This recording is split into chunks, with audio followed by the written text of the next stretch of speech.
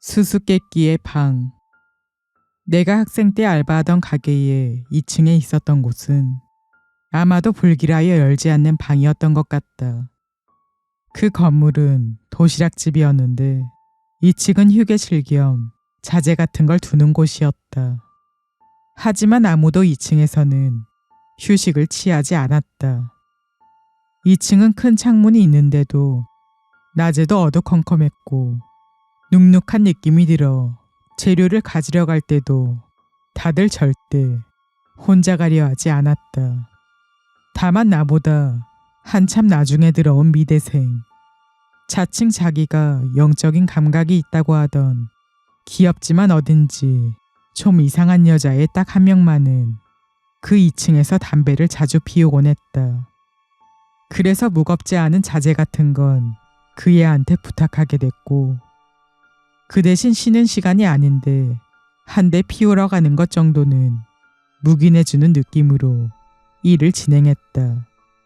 자재 재고를 체크할 때도 당연스레 그의 체면을 좀 세워준 뒤 사원 A, B 두 사람과 그날 군무였던 나 그리고 아르바이트 치프 선배까지 합계 5명이 함께하게 되었다. 그날은 B씨와 선배가 전철사고로 늦어졌기 때문에 셋이서 체크를 시작했다. 그런데 내가 체크표 등의 서류 등을 밑에서 복사하고 있는데 위에서 비명이 들려와 황급히 계단을 올라가다 보니 갑자기 머리가 흠뻑 젖기 시작하는 게 아닌가. 만져보니 하나도 안 아픈데도 불구하고 피가 철철 흐르고 있었다. 나는 깜짝 놀랐지만 그 여자 알바생이 깍깍거리는 소리가 들려와 일단 2층으로 올라갔다. 그랬더니 그 애는 벽 쪽에서 무슨 알아들을 수도 없는 소리로 비명을 지르고 있고 직원 A는 주저앉아 오줌을 지리고 있는 것이다. 그녀가 가리키는 쪽을 보니 그동안은 방의 벽인 줄 알았던 곳이 사실 미닫이 문이었던 모양이었다. 안은 다다미를 옆으로 나란히 2장간 정도 넓이의 방으로 작은 벌레 시체들이 2cm쯤 되는 두께로 쌓여 있었다. 딱 한 모서리만 30cm쯤 되는 둥근 형태였는데 아무것도 놓여있지 않았고 벽은 언뜻 보기에는 평범한 일본식 방 스타일 같아 보였지만 흙에 길고 검은 머리카락 같은 걸 섞어 빠짐없이 칠해 두었는데 미닫이문 뒤쪽도 마찬가지였다. 도대체 이게 무슨 일인가 싶어 멍하니 있는 사이 뒤늦게 선배가 도착하여 피투성이었던 나는 즉시 부른 구급차로 병원에 실려갔다. 병원에 도착하니 또 다른 직원인 B가 그쪽으로 와 있었는데 월급이랑 위로금 다 줄 테니 선반에서 물건이 떨어져서 다친 걸로 해줘 라는 말을 듣게 되었다. 솔직히 돈도 필요했고 또 무서운 나머지 더는 거기 가고 싶지 않았기 때문에 그냥 시키는 대로 했다. 머리의 상처는 그렇게 깊지 않아 그냥 꿰매고 끝났다.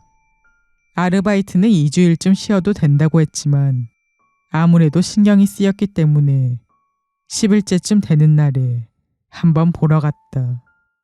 그랬더니 치프 선배형은 있었지만 직원 A씨는 몸이 안 좋아져 장기간 휴양.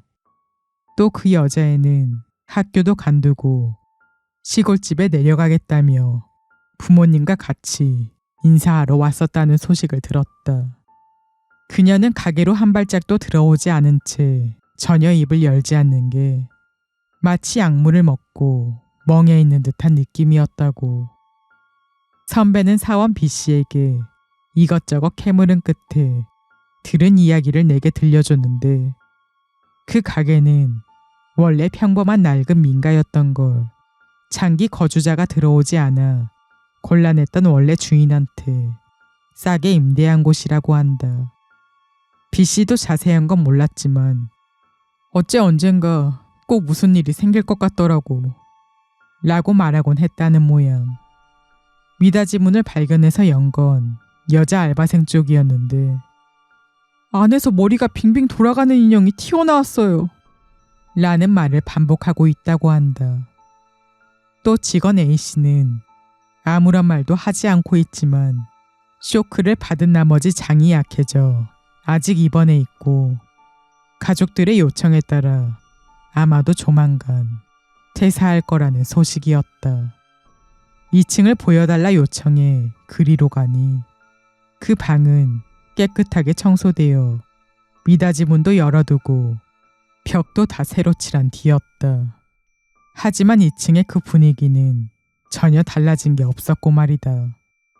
너무나도 섬뜩한 기분이 들어 나는 그날로 그 아르바이트를 그만두었다.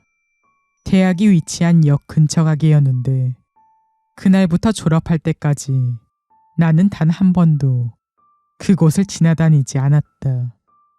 그러다 얼마 후 업무 때문에 그 역에 내렸을 때 갑자기 생각이 나서 나는 그 가게를 보러 갔다.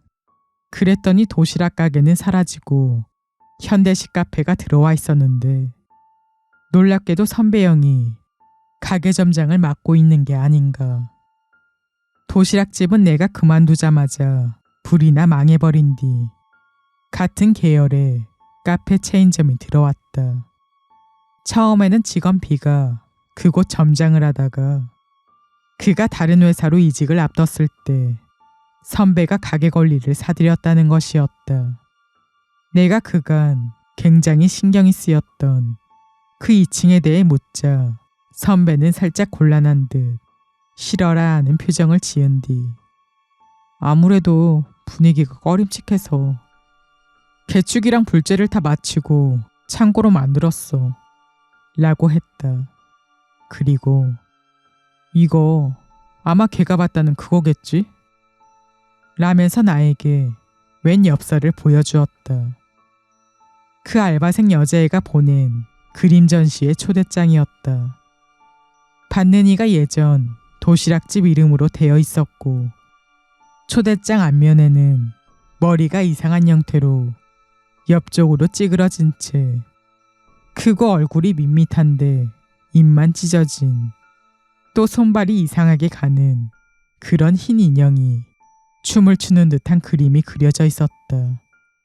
엽서는 2년 전쯤에 왔는데 위치가 너무 멀어서 갈 수가 없겠다 생각하면서도 거기 쓰여있던 화랑에 문의해봤더니 그런 전시 예정은 없다고 하더란다. 어쩐지 버리려다가도 그럴 마음이 안 들더라고. 라고 말하며 선배는 그 초대장을 서랍 안에 집어넣었다. 그 선배와는 한동안 연락을 주고받았는데 올해 봄에 가게가 건물 노후화로 개축이 예정되어 이번 기회에 부모님을 돌보기 위해 고향으로 돌아가겠다는 전화가 왔다. 그 후 몇 번 연락하려 했지만 휴대전화를 바꾼 듯 전화가 걸리질 않았다. 복중 문안엽서도 보내봤지만 수신 주소 불명으로 다 되돌아왔고 말이다. 결국 아직도 일의 자초지종을 잘 모르지만 나는 앞으로 거긴 2번 다시 가지 않을 생각이다.